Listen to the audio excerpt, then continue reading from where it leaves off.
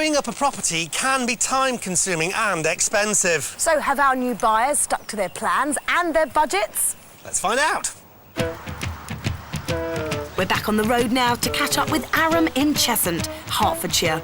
He bought this tiny office building on a busy main road for £98,000. His plan was to change it into a home for himself and his young family. But surprisingly, buying it was a last-minute decision.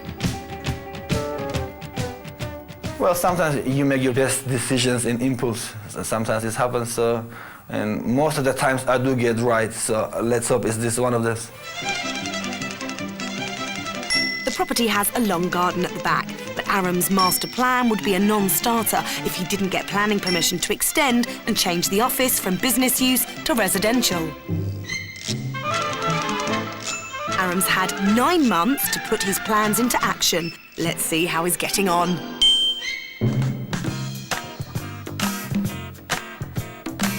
Well, it seems he must have got his planning permission. And although the place isn't finished, it's not very office-like anymore. What we had before, this is the end wall for the original building. We had to do is extend the house 7 meters towards the garden, and I'm really pleased with the result. Most people would have walked away from this little office, but Aram saw the potential and came up with a plan to turn it into a 2-bedroom bungalow. For the plan permission, it took us about a good couple of months to come through. Originally, we asked for 9 meters extension, but for some reason, we've been granted only 7.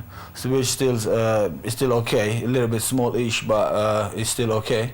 Up front, we have our main bedroom for us, a bit smaller one for Lily, my little daughter, for her.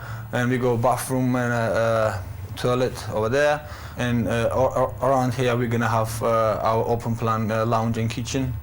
Aram had around £40,000 to convert this into his family home. The work he's taken on here has been pretty extensive. Has he managed to stick to his original budget?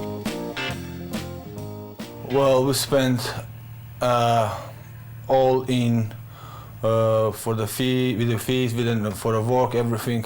It comes up about 75 to 80,000. Aram's doubled his original budget.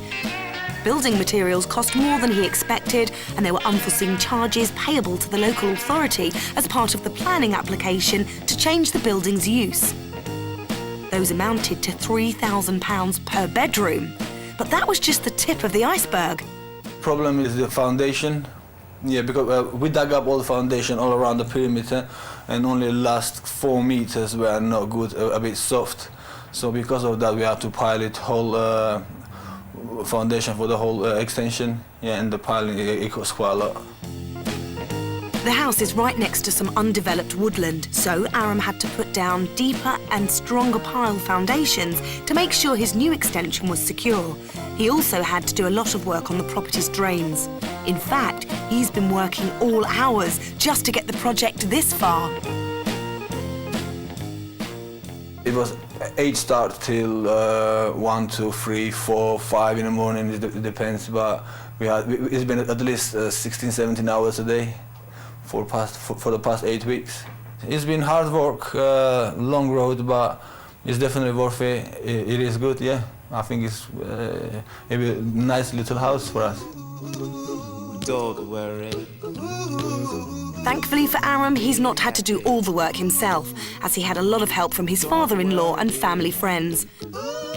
But he'd been living dangerously because he did not tell his wife before he actually bought the place. How does she feel now that it's starting to take shape? Well, initially she wasn't very keen on it, on the whole idea. She couldn't see it, like to imagine it.